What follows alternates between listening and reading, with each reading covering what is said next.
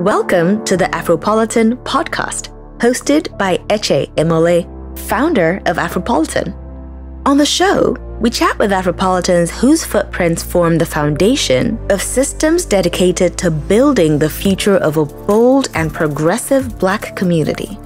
In each episode, our guests share their working formulas, the hard facts about leaving familiar terrain, embracing the unknown, and staying relevant afterwards. Listen as we extract the blueprints of fearlessness, innovation, and progress. Hey Afropolitans! In today's episode, we chat with Denis Asamoah, co-founder of FORVR, a lifestyle brand focused on self-care. Denis talks to us about his experience in the creator economy and how they have successfully built a multi-million-dollar business. Thank you for listening. Denis, welcome to the Afropolitan Podcast, bro. How you doing? How you feeling? I'm very well, brother. Thank you for inviting me. Bro, it's been a rough couple of, not weeks, just really last week, right? Like, it just feels like this was like last week. So how are you dealing with that? I think the first thing I would like to say is that this wasn't scheduled before the whole, as we were talking, let's just get straight into it, like obviously the whole incident that took place with FORVR brand, us having a candle that obviously caused outrage for the right reasons, and I understand. It was a mistake that we made, and we had to rectify it ASAP, literally on the same day. But I want to make it very clear that this podcast was not scheduled after that. Like, we've been planning to sit down together and talk about community and business. So I'm excited to be on this podcast. And of course, naturally, I was expecting you to bring it up. So, and me, I'm a very transparent person. So happy to discuss that and give more context and details. No, definitely. And I think what could be helpful is, if it's helpful for our listeners, like, can you walk us through, first of all, the launch, right? This is the owambe launch. Can you walk us through the thought process from the team about different names, the soft life, the owambe like collection, and then how social also played a role in that as well? The goal was that we wanted to celebrate life. Is obviously owambe, as you know, in Nigeria culture, is all about the party, the people coming together, celebrating something, and whether it's through the clothes, showing it through clothes, through food, through music. We wanted to express that. And what had happened is that, in a nutshell, as we know, the name Sorosoko, which means speak up, we were focusing on that aspect of things. And as I said, I don't want to go into the details because I think it's wrong, and I'm not here to give reasons as to why we picked it. So I'm not going to go into that. But just to let you know, the whole point was to celebrate and to focus. And yes, we got it wrong. I think in hindsight, just because it was used in such a very important march and protest that took place years ago, I think we should have stayed away from it, and we should have not likened it to what it originally meant, if that makes sense. So in our part, like, honestly, it was never meant to come from a negative side, but irrespective, we got it wrong. We apologized and we removed it, and we are going to learn from that and ensure that we do things in a way that doesn't feel like people saying we're profiting and all that stuff. And you know what the craziest part about the whole situation is, that internally we were talking about donating and doing all that other good stuff to help communities in Nigeria, but we don't really like publicizing things, and maybe sometimes you kind of like kick yourself in the foot because you didn't do it. And for us, even after the whole incident, people were like, donate. For me and the team, we were like, there's no point in doing it now because it wouldn't feel authentic. And I felt like we should have just done it before and made it public, irrespective of us plans to do it after, if that makes sense. So for us, we were like, hey, there's no point trying to do it because, you know, the world, it's social media where people love to create narratives. So for us, it was like, let's just remove this, and you know what I mean, we'll take the losses and learn from it and just move on and do things better in the future. So I think, yes, there's a lot of lessons learned, but ultimately it was never meant to be from a bad place. I saw some comments on social media saying stuff like this was all a PR stunt. Like, you guys had an apology waiting to go. This was supposed to boost sales. Can we speak to First of all, like the myth of that as well, like it's like, is that even it's just that was the most ironic thing. Do people think? Firstly, let me just give some context. And this is coming from a place when you run a business and understanding the logistics of a business. You can't launch a CPG product, consumer packaged good product.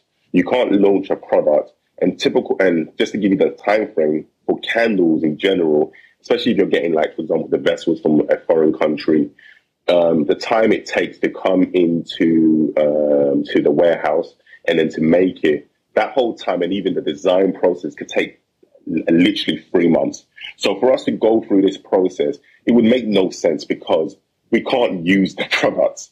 And you've also confirmed the packaging boxes, and they've actually got the product on me. I know this is not a video. It's just because I wish this was actually a video because I could actually show them.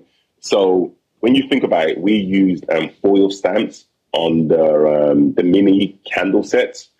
And just to give some context for those that haven't seen the product, so we do it in sets. So you can buy the candles in a mini set, or you can buy it as a 4-in-1 set, like a bigger one. And unfortunately, we can't sell the sets at the moment because one of the candles, which we've removed and pulled, is no longer in a set. So we're not going to send customers 3 candles out of the 4 with an empty space. It will just look wrong and it won't be professional. So we have to legit throw all the boxes away because we can't use it, or we're going to have to find an alternative plan. So funny enough, this week I've been spending a lot of the time with the team working out what we can do to salvage some of the products.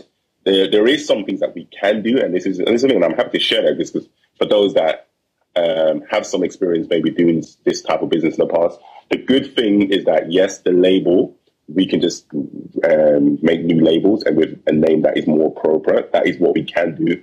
The problem, though, is that the individual candles, that they also come with a box. So we can't actually sell the boxes. So all the individual boxes would have to go in the bin. Because even if you put a label on the plastic boxes, it will look a bit cheap. So we may be able to sell the individuals at a later stage, but we would have to obviously dump the boxes and also the gift boxes because we can't really use it. But we are at the moment going through strategies and potential solutions to salvage some of the products. But unfortunately, for most parts, there's very little that we can do in such a short space of time because, as I said, to get the labels done, it's going to take another 2 to 3 weeks to get new labels, to then get solutions for stickers maybe in the bottom. That might be a bit quicker, to be fair, stickers to cover it, which is not going to look cheap because we don't want to cheapen it as well, because I know we want people to have a great experience with the products that they buy. But yes, we are looking at potential solutions. The one thing that we couldn't do, unfortunately, with the Sephora, because we are in retail, Sephora had to pull the product. So that's one thing. So whereas we've got the relationship with Sephora and they want to sell the products in their stores, they're going to have to return all the minis back to us, and we're going to have to find a solution for them. But listen, this is part of life. You make mistakes, you have to deal with the consequences, and you have to learn from it. So, but it's just ironic, just to go back to the point, people thinking this is a PR stunt. We had a script ready. We knew this. It's like I don't even know how you even think like that, and it's just more work and more headaches to even go through that whole process. I just want to give a shout out to our friends in the Nigerian community that reached out to us directly. And look, I actually appreciate these people being honest. During these situations, I don't expect you to be like, oh, Dennis, or you lot were right. No, I know we could have approached it differently. And the fact that you guys can be honest and be like, yes, this is what you could do differently, I actually appreciate that. And rather than going online, you know what I mean? Sometimes it's so easy to jump in the bandwagon when everyone's talking about something. Everyone wants to jump on it. Everyone wants to act like they're angel and that they were perfect and that mistakes can't happen. And I just want to give a shout because I actually want to focus on the people that really do care. And there's actually a lot of, in fact, one particular Nigerian artist that I don't want to say his name because I don't know if he wants me to mention it, but just reaching out and saying that this was wrong. And the fact that he did that and he didn't go online to just jump in the bandwagon is very appreciated because it's so easy to do that when things go wrong and we have the council culture try and come together and try and take people down. And I think that is actually the most, and we can talk about that, but I think the most frustrating thing about the council culture is people love fake outrage. There's one thing saying, hey, you were wrong and this is what you should do. And there's a difference just being totally negative and just being abusive towards people and not actually focusing on the matter. Because it's like, are you actually mad about what actually happened, or are you just mad at the person that did it? Yeah. Honestly, I feel like cancel culture is a much more recent phenomenon. I've been on social media for like 10 plus years. I remember reflecting. Cancel culture's been here for years, bro. Where you been? No. I mean, it's been here for years. By recent, I mean like maybe in the last 7, 8 years. I don't remember like when we're doing Facebook like 14 years ago, or like that was a whole huge thing, or maybe it wasn't at that level. But I think I remember reflecting on it. I thought to myself, most people in real life, that's on social media, but somebody in their family makes a mistake, or when their friends make a mistake, there's always the benefit of the doubt, right? Like, it's like, hey, this is what you did. And if you immediately say, hey, I'm sorry, I accept responsibility, it diffuses, right? But on social media, it feels like there's that people want to burn a cross or nail someone to a cross despite the apologies, despite the ownership, despite the accountability. And I remember even talking to you about this and saying, like, sometimes it's not even about you. It's about a deeper frustration about other issues where somebody becomes a scapegoat of all the collective frustration. Yeah. You know? Yeah. No, 100%. Rather than coming together as a community to really address and actually take our anger out on the people that are causing some of the pains and stuff that's going on in the world, we like to take it out on the public people. I would say the people that are known in the social world, whether it's a creator, influencer, or celebrity. I think we have a habit as a community to do that. Rather than coming together and be like, hey, let's actually focus our attention and actually trying to make a positive change and actually make the changes that need to happen and go direct to the source. We try and take down the people that are visible to us. And I think we need to do a better job. And also, just going back to the whole cancel culture, I think the funny part about the cancel culture is that it's never enough. And you have to remember that it's a game to a lot of them. You can't beat them. And there's no point trying to beat them. And this is why, even when this incident took place, we did not respond based on, how are we going to respond to make everyone happy? It was more, what are we going to respond to do what's right? It was like, listen, and this is why I said that the whole donation thing could be the easy route. Let's just keep selling the product and donate. But we just found out that's not the right thing to do. We're not here to please everyone. We're going to do what we believe is right. And yes, we're going to make mistakes, and we did make a wrong move by having the name in the first place. But we're going to rectify it straight away, and we're going to deal with the consequences and losses later. But rather than trying to apologize, people are like, I'll do a video or post notes. It's like, it's never enough. It's like, you posted an apology on Instagram. Oh, you have to apologize on TikTok, on YouTube.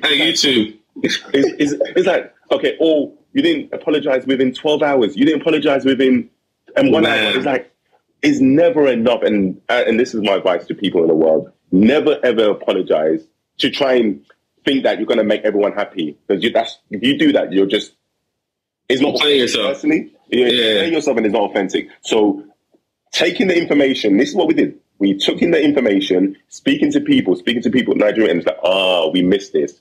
Okay, we should do better. And let's now rectify it. Don't think, how am I going to, these people that are dragging me online, how am I going to change their opinion? Because you're not going to change their opinion. A lot of these people already do not like you.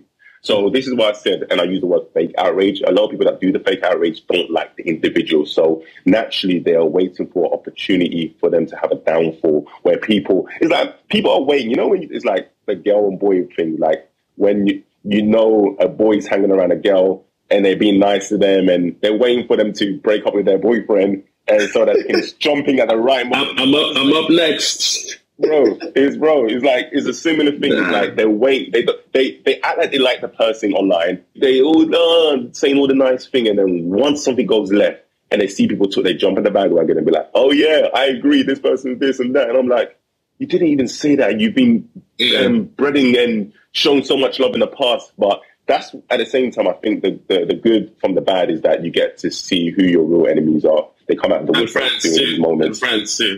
And friends as well, who your real friends. And this is what I said. In fact, I'm kind of, I want to touch on one important thing. What's your thoughts on this? I have a question for you, brother. You know how, imagine you're associated with someone online, like you knew someone, and he did something that was completely wrong. Like you don't agree with them, which is normal to happen. You see someone do something online and it's wrong. Yeah. Do you think you have to address it publicly, especially if they're a public figure, or do you think it's enough to just go to them directly without telling people on social? Oh, yeah, I spoke to this person. What's your thoughts? Yeah. Yeah. So I think for me, like, let's use what happened with you guys as an example, right? I woke up, there are people in my mentions or in my DMs or people in my messages like, yo, like, what is Jackie doing? Blah, blah, blah, blah. Like, yo, you got to talk to them. Blah, blah. So mind you, I just flown in on a red eye to like San Francisco. So I'm sleepy as hell in the morning. I'm tired. Yeah. And I'm just like, wait, like, I'm trying to understand, because, you know, on social media, you don't even know where you're starting from. Like, what happened? Because I'm watching the Forever Mood video. I'm not seeing the outrage in the video. So now I have to go look for what the actual issue is. And then I find it. I'm like, oh, okay, cool. And at that point, you call me, right? And I just tell you, like, yo, Dennis, this is where they're coming from. This is their real grievance, right? And I think it was then up to you guys to decide how you wanted to handle it, right? And kudos to you guys for really taking full responsibility and saying, hey, we're accountable. Because to me, it was like the one charge that kept on coming up was she never said anything about NSARS. She kept quiet doing NSARS. And I was like, God. Yeah, I don't remember that being the case, because I remember her saying something about NSARS. But it felt like even when you showed the proof that, hey, Jackie, you talk about this, you know. So I want to actually address that and make that very clear. So funny enough, I was even when we were going to send, when we done our apology, I was even the one telling Jackie, I think you need to address it, because I don't like the fact that people are lying on your name. I think that's the hardest thing, when people are lying on your name and people are going with narratives. But you know what I respect, and this is why I love Jackie and my woman, like she's the best, is that even despite that, and the fact that she got like receipts, like donations, reaching out to people on the ground, working with people like Sharon from mood.They when they were, you know what I mean, raising information about it and coming together and talking about what it can do to help. Like, she could share that, and she's like, I don't want to do that. People that know. But it's interesting, because I even asked some of my boys, like, did you know that Jackie? And they're like, no, I didn't. And it's so easy for one person to say it, and then everyone's going to run with it. So it's a hard thing, because she's like, I don't have to prove myself, and I don't have to do a whole video, because I think for her, she's like, they're just going to come up with another reason. Like, and it's true. We live in a world where even if you respond with receipts for one thing, they're going to come and say something else. There's going to be another reason why it's not important. What they're going to say is she didn't respond quick enough. Even though the time zone's different. That's what they said. That's what they said. They were like, she said something. She did say that. They're like, no. She didn't say it's quick enough. She had to be pressured. It's not quick. It's not good enough. It's like, why can't people do like? It's like, even this is another point. Because I've seen people in the past, this is a complete different scenario, but I've seen creators or influencers or celebrities in the past address something so quickly, but they didn't do their research and due diligence, that they've said something wrong and made it even worse. And then people are dragging them, oh, you should have done your research. But you guys are rushing them to respond to it. Oh, you haven't said anything about this. And when they do, you find a reason why to drag them. So you can't win. This is my point. If you're doing these things and you're in the public figure, you're doing things to win, just forget about it. You should do things because you feel good about it and you feel that it's the right thing to do. And for Jackie, when this whole thing took place, she was very, very vocal. She spoke about it. She was having conversations internally with people that were Nigerians living in LA and talking about things that they can do. And as I said, she even actively donated. What's so crazy is that most of these people that are telling, what did you do? You ask them, and I've done this before, you ask them, what did you do? Crickets.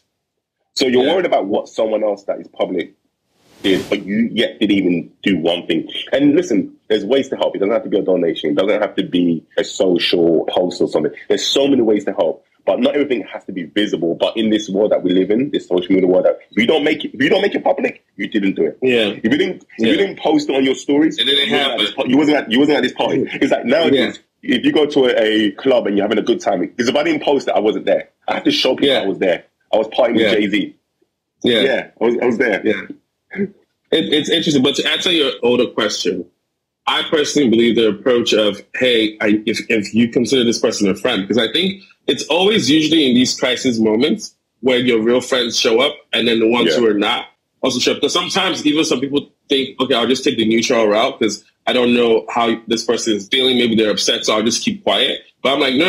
It's like, if we're friends, this is when you actually show up. I'm like, hey, how can I help? Are you doing good? Just want to check up on you. Let me know if I can help. And then also keeping it real with you too. So it's not like, I don't believe friendship should be a thing where you only become a yes man or a yes woman to a person. 100%. Right? If you can't keep it real with your friends and be like, yo, my bro, this is where you messed up, but this is also how you can rectify it. And this is how you can go about it and take accountability for it. But that, like, it's not a thing. And I think, to be honest, that's why I also recommend therapy for a lot of Black people, right? Because I feel like the more you want to see somebody crucified, the more it speaks to what's going on internally with you, right? Because it's like, if your approach is one of like, hey, there's forgiveness here, there's redemption here, there's understanding here, there's benefit of the doubt here, then that's a community-led focus. If your focus is more of like, burn down the business, let them not come out, put a scarlet letter all over it, it's like, bro, there's too much hate in our hearts. Yeah. And I think we need to be able to address that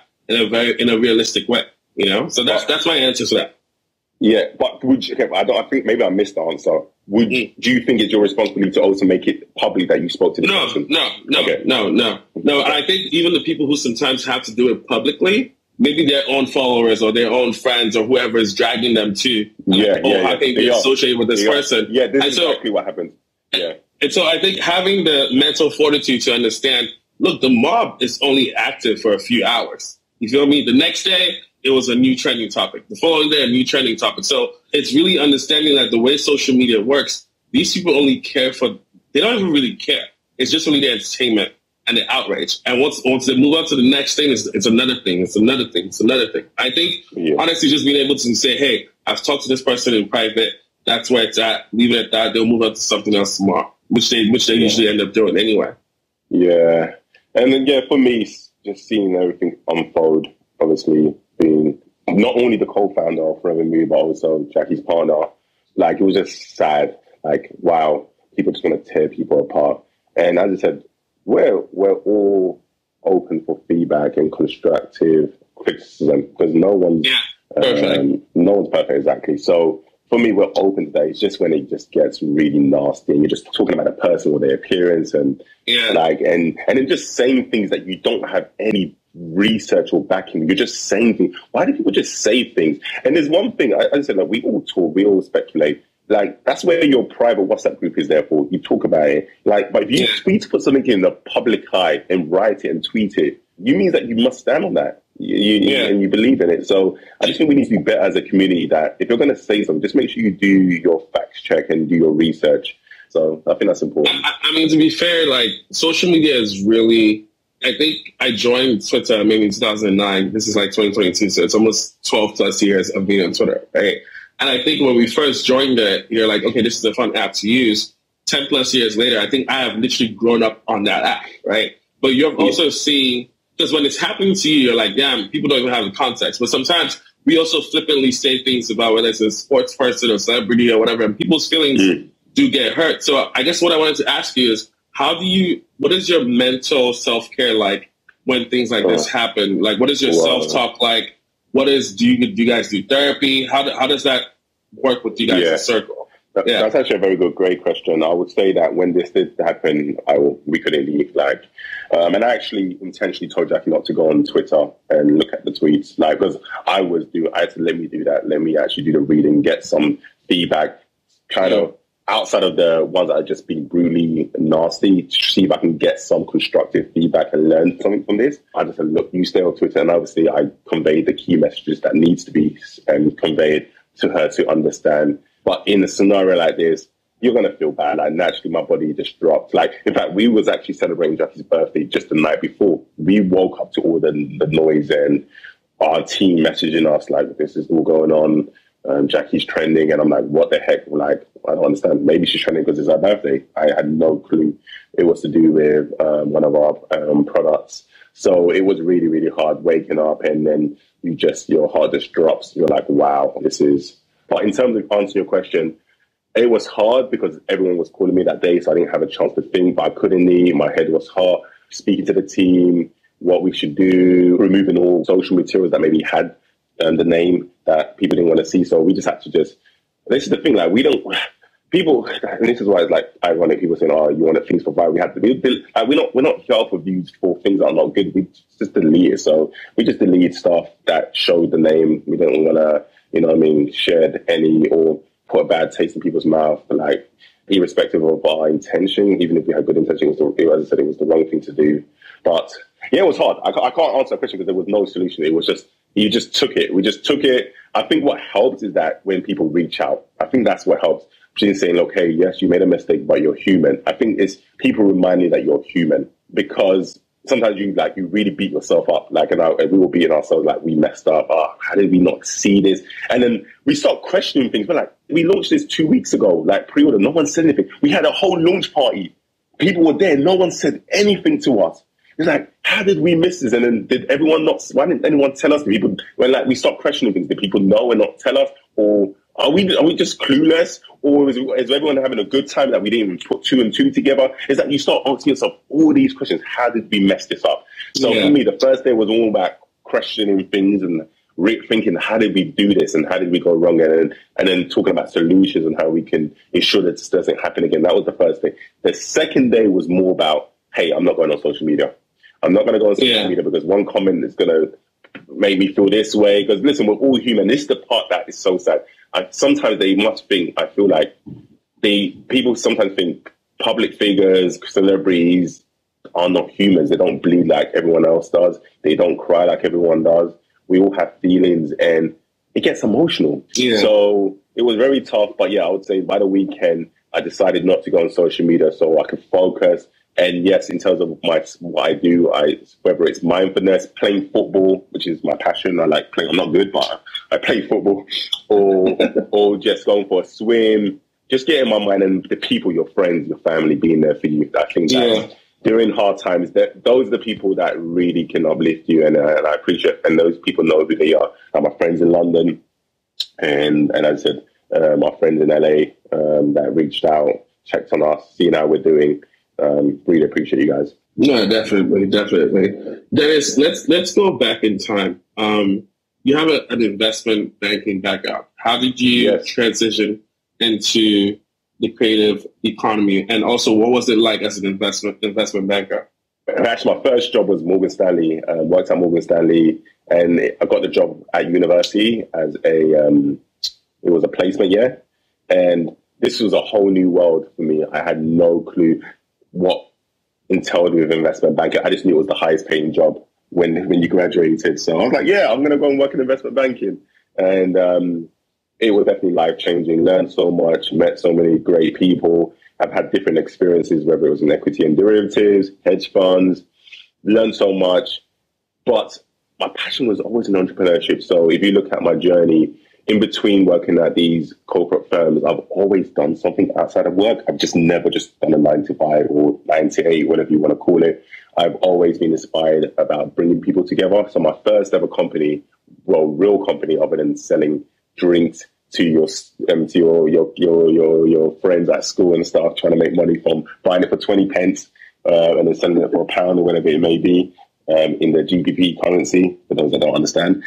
It was fun, but naturally moved into a company called Sephora, which was all about motivating young people that lived in predominantly like unprivileged communities, just to help them and give them the skill set and encourage them to do positive things outside of studying. Because I think for predominantly the Black community where I live, it was kind of be a football player or be a music artist. That's kind of the only two things that people really knew and aspired to be. So we wanted to give people something else to look forward to and show that it was another world. You could do other things and be inspired to be something successful.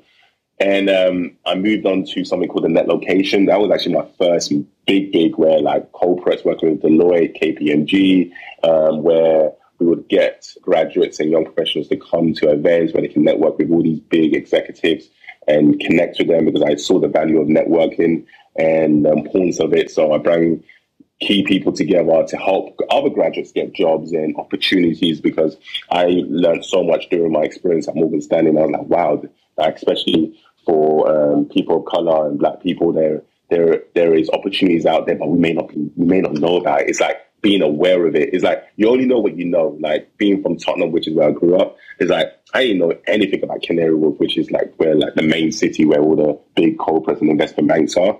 But yeah, enjoyed my experience, time, and then kind of just fast forward, I decided in 2016, 2017 to make a jump to LA and just try out from a month to month. I actually met Jackie through one of my cousins. That's how I met Jackie. During one of my trips with my family and my boys. And I was like, where's your friends at? And then we connected and we just stayed friends for, we stayed friends for a very long time. There was like, we wasn't even like, because I didn't think long distance relationship, anything could happen. It was just more like, I thought this woman was dope. Let's just stay in touch. And in 2016, 2017, I decided to make the jump to LA, leave the investment banking world and just go out to LA and see how it is. And more importantly, see if this relationship was real, because you don't get to see someone's real habits when you're long distance. You don't really know if they fart at night, if they're what their knowing habits and stuff. But yeah, and if you can put up with it too. Yeah, exactly. Listen, I'm the one that does all the farting, to be honest. Yeah, it just blossomed into something great. I did not even think. And what was so crazy, because you asked me how did I transition to the creator economy, I had no clue. I thought I was the shit. I thought my world was the shit, the entrepreneurship world. I had no clue. And when I met Jackie, like, she mentioned it, and I was like, oh, okay. Didn't think anything of it. I didn't know it was going to be this booming market, which it is today, which is worth billions of dollars, the creator economy. But when I met Jackie, like, this is what people don't actually know. We were living in a very small apartment, and we were just like, hey, just living like normal people. Like, and as I said, at the time, like, I was like, hey, I'm doing my thing, you do your thing. And I was doing a lot of coaching and helping people with personal development and time management at the time when I moved to LA. That was kind of, because I was like, what can I do that doesn't require, because obviously paperwork and stuff, I have to do something online. I was just being very mindful of all them type of stuff. So just started to teach a lot of the skills that I had adapted and created from a young age, and started to teach other people. And then with Jackie, she was telling me about her world, and I was like, oh, it doesn't really make sense to me, but okay, cool, I'm going to be supportive and help where I can. And then naturally, I would go to these events and meet all these other creators, and it just started getting fascinating and learning about their world and how it works, and then how they make money. But I'm like, how do they make money? And then we would go on all these trips, like all these brand trips, where they will take you to all the nicest places around the world.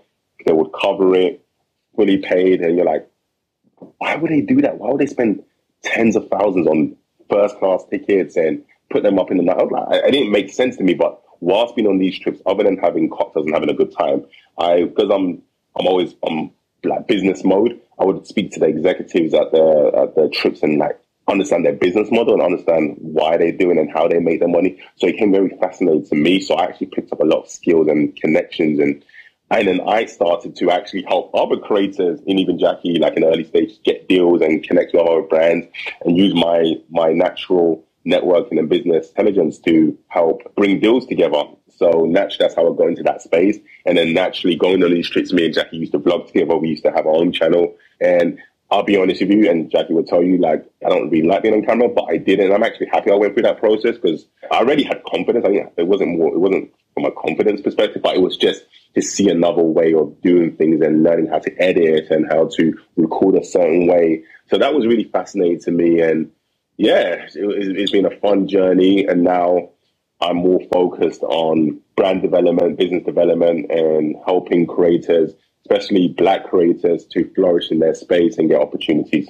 It's such an interesting sector. And remember I told you about the beauty about like even doing Afropolitan is how many sectors I get to touch and understand because I started from politics, then I went to law school, then I went to fintech, and then, crypto, but I always also had the entertainment angle with the parties and concerts and all of that, right? I think like when I came into the creator economy, and, I'm talking to some of my creator friends, and they're telling me like they can be pulling in between 75 grand to 100 grand a month. I'm like, bro, like I'm trying to understand, like help me understand this, like break it down for me. And I think for me, what's so incredibly fascinating about it was realizing that, especially from the Silicon Valley aspect, right? The developers build the code, right? And then the code allows for distribution. But the distribution can't happen unless there's culture. The creators bring the culture. So the apps can't scale if the creators aren't there. So the creators actually have leverage in a huge way. But obviously you have a situation now where, you've talked about this, where platforms sometimes throttle your reach or your engagement, right?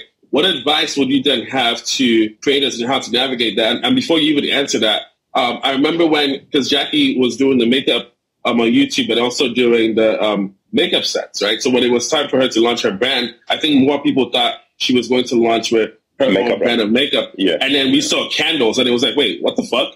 Like, it's like, how? Like, how? Never let people know the plans.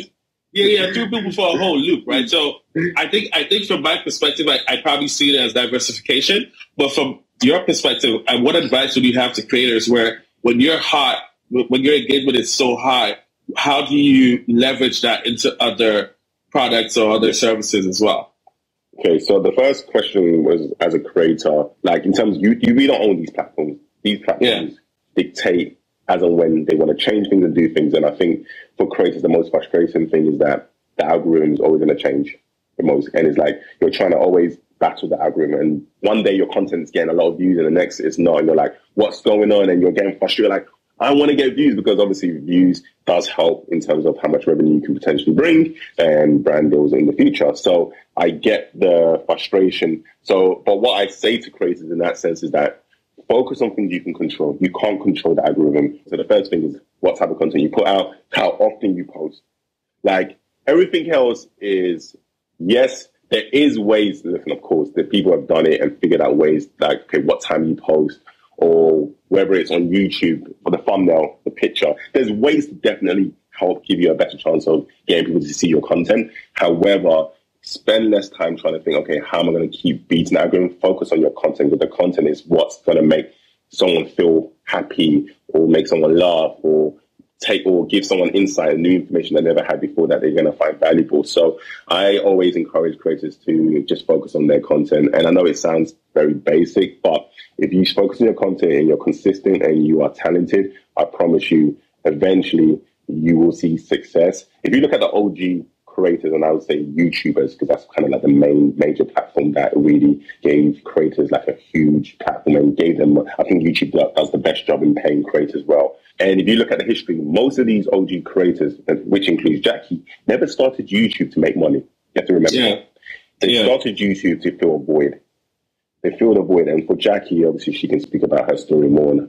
But for her, at a time, she needed something. She was going through some personal stuff, and she wanted to do makeup and being authentic and just being real. So she built a decade of just being real and being authentic. And when you talk about deals, Jackie has said no. Jackie says no 80% of the time. When you talk about someone being authentic, you really see the deals that come through. You're like, why would you say no? Just fake it. You would think like, why don't you just fake it? No, she's like, no, I'm not going to talk about a product that I haven't used and I haven't used for a long time, and it doesn't feel right. For Jackie, she's already built that trust with her community. So it's all about building that trust with your community for years, where it's not like Jackie grew up in a big house, wealthy family or anything like that. So she already put in the work. So I think there is focusing on you and focusing on giving something valuable to the community. Like, what is it that's going to help someone else? It's not about you. There's a bigger reason than you, if that makes sense. Like, that's the reason why you exist, and you're here to help other people. And then to answer did I answer your question on the first part? No, you definitely answered the first one. Yeah. Okay. And I think the second one is more of, how do you leverage when you're hot to diversify? Because you remember you guys launched Forever Mood when other people thought you were going to launch a makeup set. I'll tell you this. One thing people don't know is that Jackie actually has a love for fragrance, and it goes back to her childhood. She had a condition, I don't know if I'm using the right word, but it's called hyperhidrosis. I think my pronunciation is terrible, but it was basically a sweat condition. So Jackie used to wear fragrance to cover the smell of that thing, where she sweat a lot. And so she was always, like her mom was always buying fragrances, and she fell in love with it and started using it. And in regards to deciding to not do the makeup, I don't want to say too much, but put it like this. When we decided to launch the candles, we didn't launch it because, hey, we thought candles were going to be easier than makeup, or we thought people are going to prefer candles more than makeup. We launched it because that's what we wanted to do. It was like, we was at home, and in fact, although we launched in 2020, in 2018, we had the idea of doing candles before, and we talked about it, but it just never happened. But in 2020, when you would think, during the time where the unknown, during the pandemic, everyone doesn't know what to do. And that's when I said to her, this is the best time to do it. I literally said, you know what? We're home. We've got more time. It's like bills started slowing down because I said it's the unknown. We don't know what's going on. And I was like, this is the time to take control of your life. And let's focus and do something that we love. And we said, look, we can do candles. That was literally what it was. It was like, hey, I'm going to focus on the operations, the day-to-day stuff, and you're going to focus on the creative and obviously the scents and all that stuff. And we're going to come together and make this beautiful brand. And said it was the best thing ever. In hindsight, even though it wasn't intentional, it was the best timing because at that time, people are home, people want their house to smell good, and people wanted a reason to feel good. And even though with candles you can't smell it, there's people have been waiting. So to answer your question, people have been waiting for Jackie to launch something, and they thought it was makeup. So for them, even if it was a hat or a bike, they would still buy it because of what Jackie represents and what she's done for many, many years. So to answer your question, it's not even about the product. It's about who the person is and what they've done for their community. So when the time comes, your community is going to show you love and support. Definitely. So we were talking about business before we started the pod, right? People having to understand the distribution, the infrastructure that goes into the logistics, right? What was it like when you guys got the Sephora partnership? Because not every brand who's launching a product gets that sort of distribution, right? Sephora has 1,000+ stores across the entire world. So to get that sort of distribution is pretty huge. What was that feeling like when you guys locked that partnership? That was insane. And Sephora have been amazing partners for us.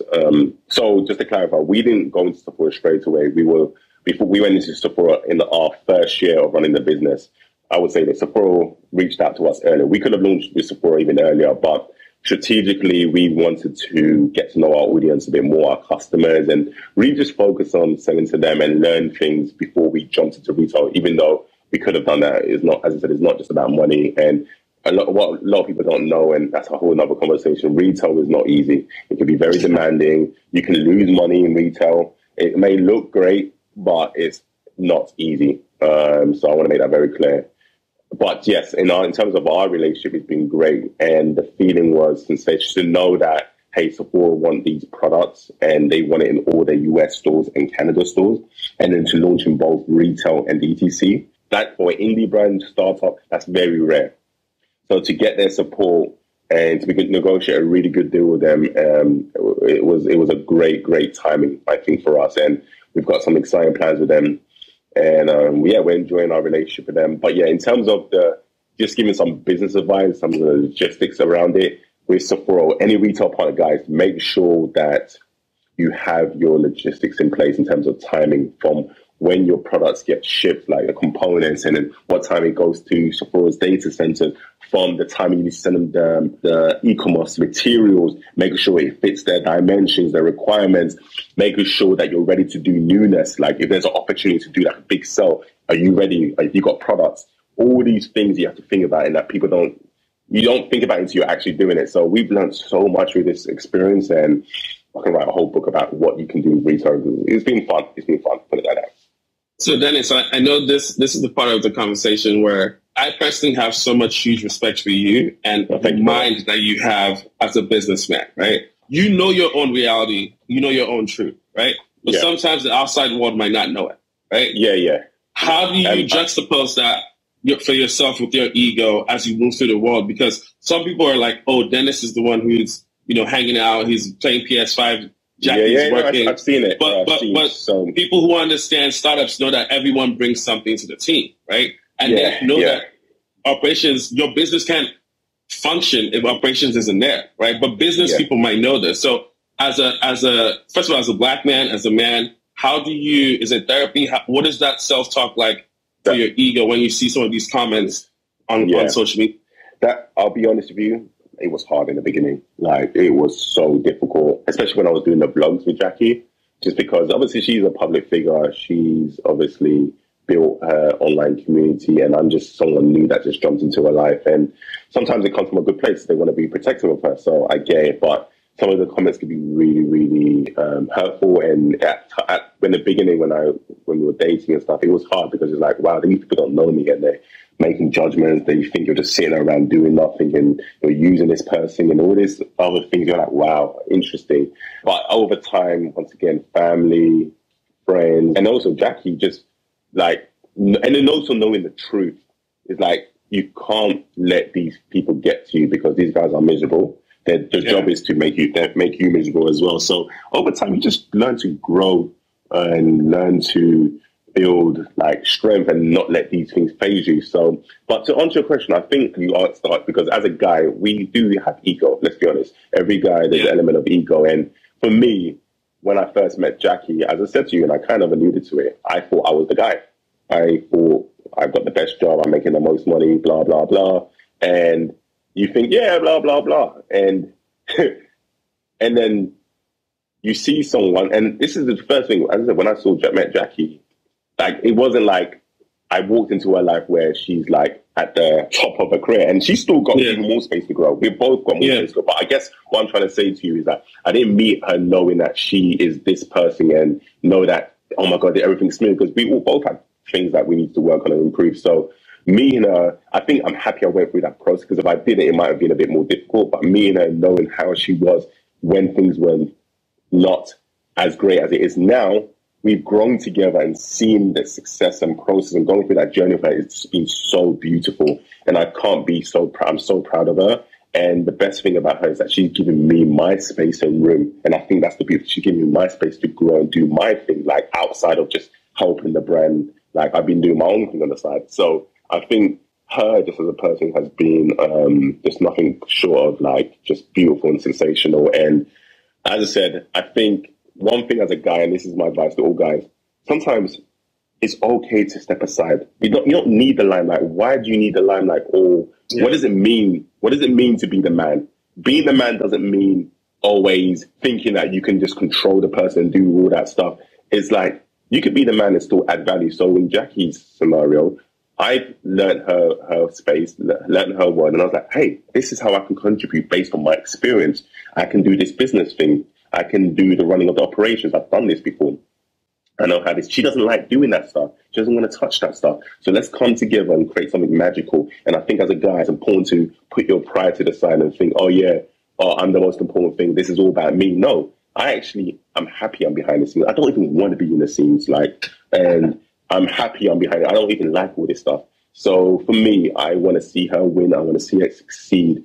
And nothing makes me more happier than seeing all the success that she has. And I'm just happy to just be able to play a role and a part, and play a role where you're adding value. That's the key, adding value. And as I said, I think as a guy, sometimes the adding value, sometimes just some people just put it on money. That's the problem in our community. It's like they put that adding value. What does that mean? Like, you can add, it's like saying this. Okay, imagine you met someone that, just making this up, made 50,000 a year. And then you saying, hey, let's come together and we can make $1 million. We can make 5 million. That's what's adding value. You don't and this is the part I think as a community, sometimes we get caught up in this whole adding value and all this stuff. Like, there's so many ways to add value. In fact, you can be a guy that has all the money in the world and still be a bum. A lot of people do know that. And we live in a world where we're so fascinated about how much someone's wealth is and how much money someone makes. Like, what are you doing? What changes and impacts are you having in this world? When you leave this world, your money's good. You can't leave your money. Yeah. So what are you doing? So for me, I've learned a lot. And as I said, I think it's helped me to grow. And during these, as I said, when you see what the negative covers, having a woman that is so supportive and allows me to be me has made it so easy in the end. At the end of it, like, it's been so good. I found the quote because I was trying to get that quote. I was reading Naval's book earlier. Like, I always reread the book like a devotion, right? And in the book, he talks about scorecards, right?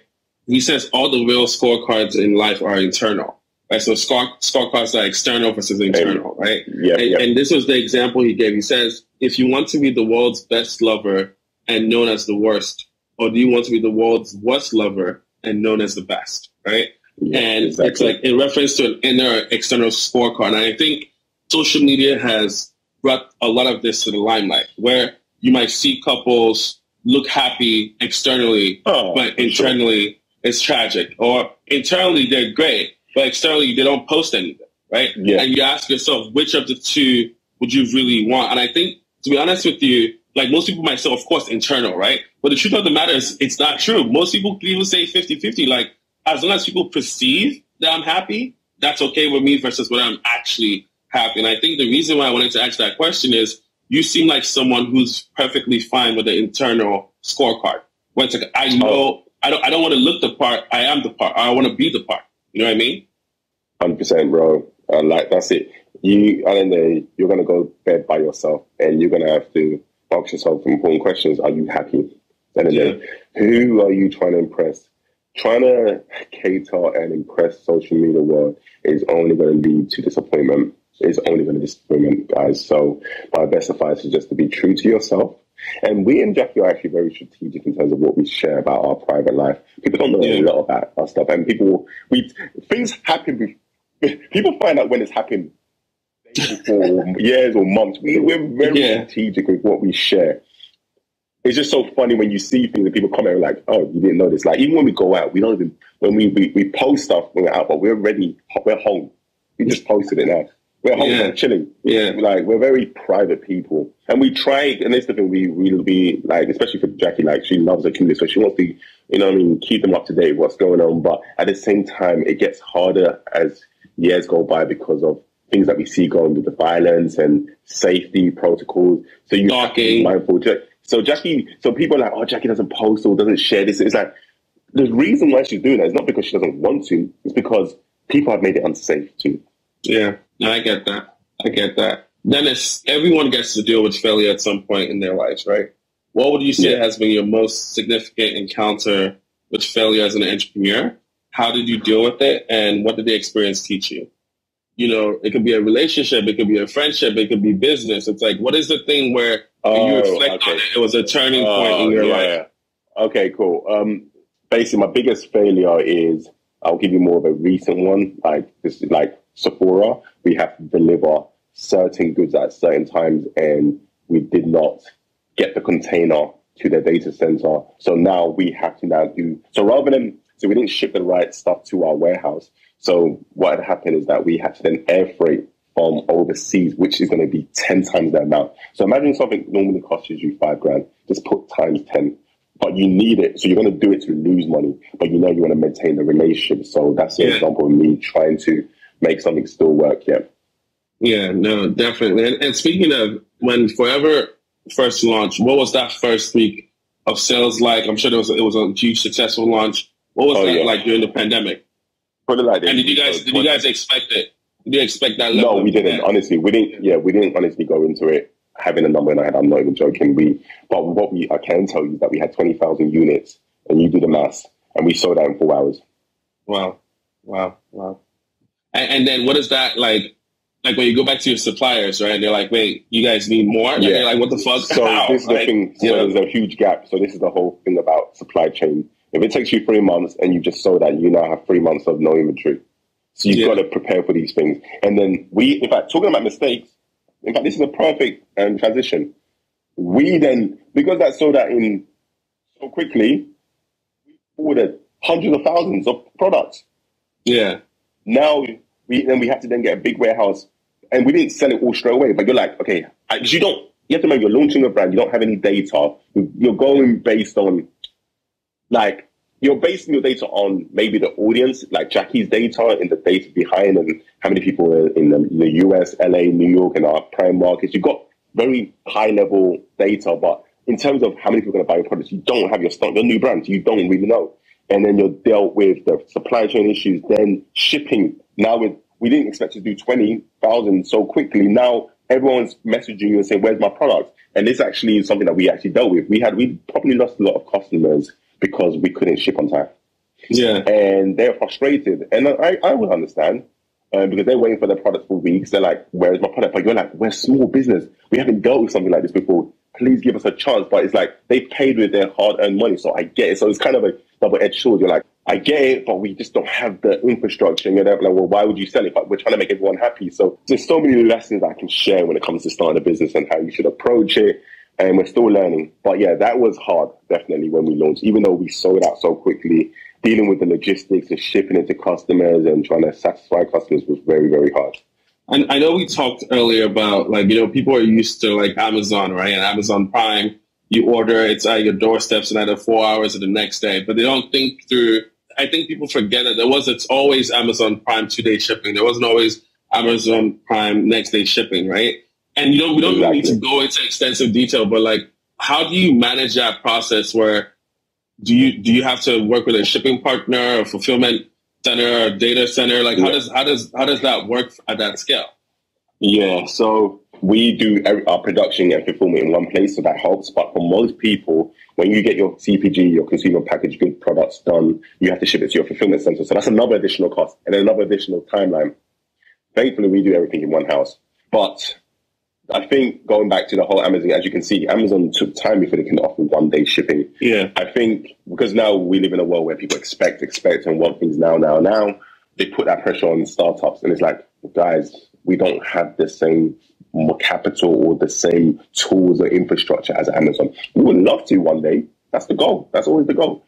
But I just think we can do better as a community to, give the benefit of the doubt and realize that, look, one day you might have to do a startup and you're going to have to go through the same thing and you're going to be understandable. But yeah, it's hard. It's hard because, like I said, look, people are using their money. So I try not, make it personal. Like, people just want their products, and we're doing better now. Like, we're in a much better place than we were before. And as I said, we're making improvements all the time. But overall, I just think, especially I'm noticing with Black founded brands, our community loves to be critical. It's like, you didn't do that when Louis Vuitton or another company did it. Like, you're so quick to jump on our back, or like, you don't want to give them a chance. It's like, let's counsel. They're not good. It's like, why do you have to try and counsel them? They're a startup. Give them a chance. Let them breathe. Yeah. It's like you have to make your goal to counsel this company.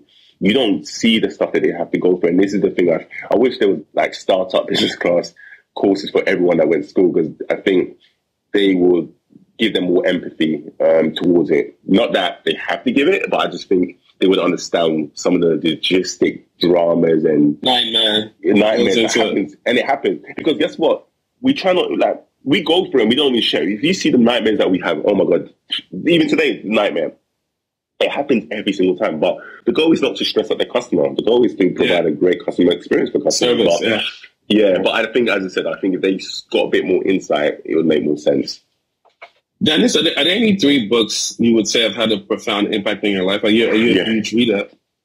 I used to be a reader, so I'm not a reader now. I'm more of a podcast audio person. Yeah.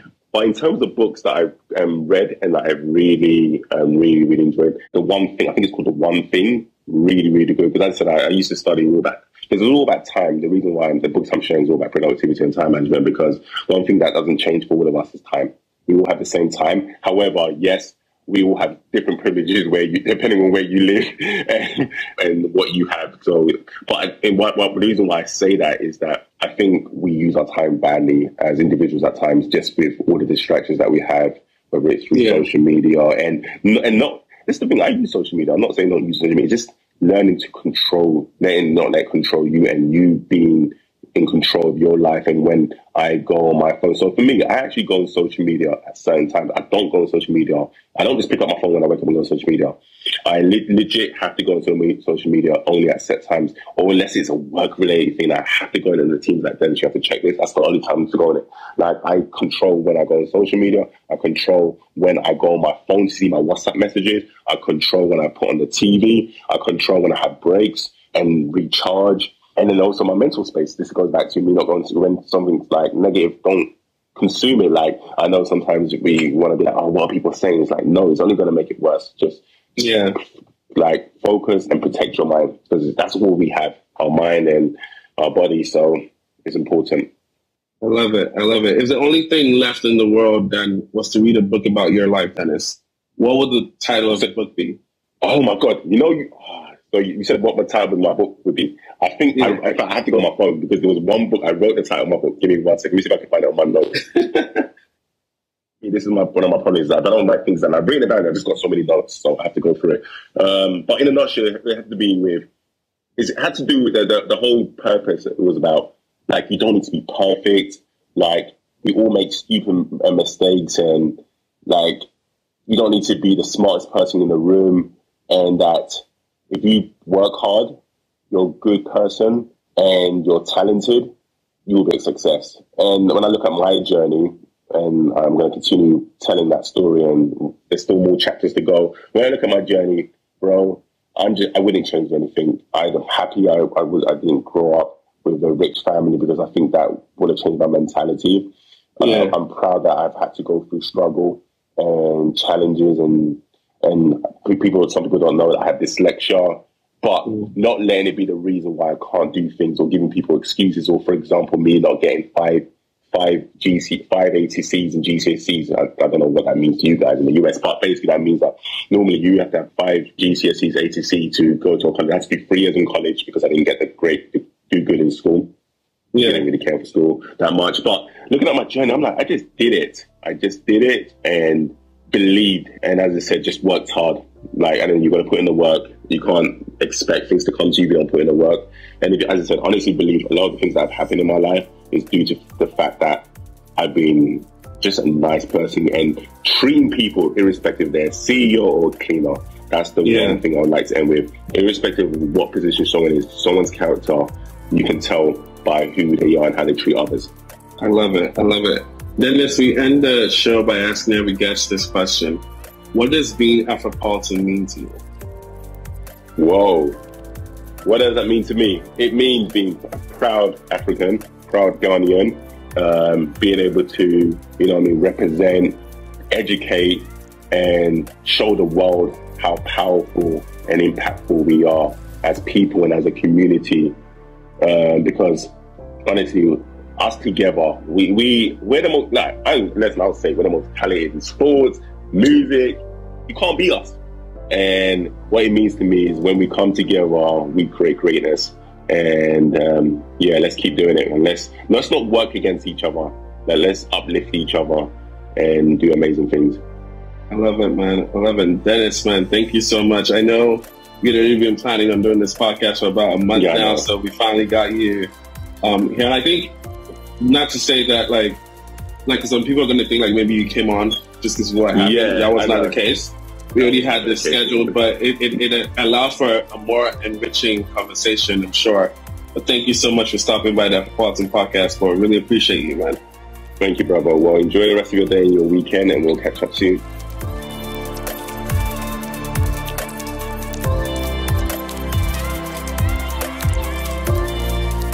Thank you for listening to the Afropolitan Podcast. We are building the future of a progressive Black community. To join our community, you can follow us on Twitter and Instagram at Afropolitan. Be sure to join our Discord and Clubhouse community by clicking on the link tree on our Instagram page. See you on social.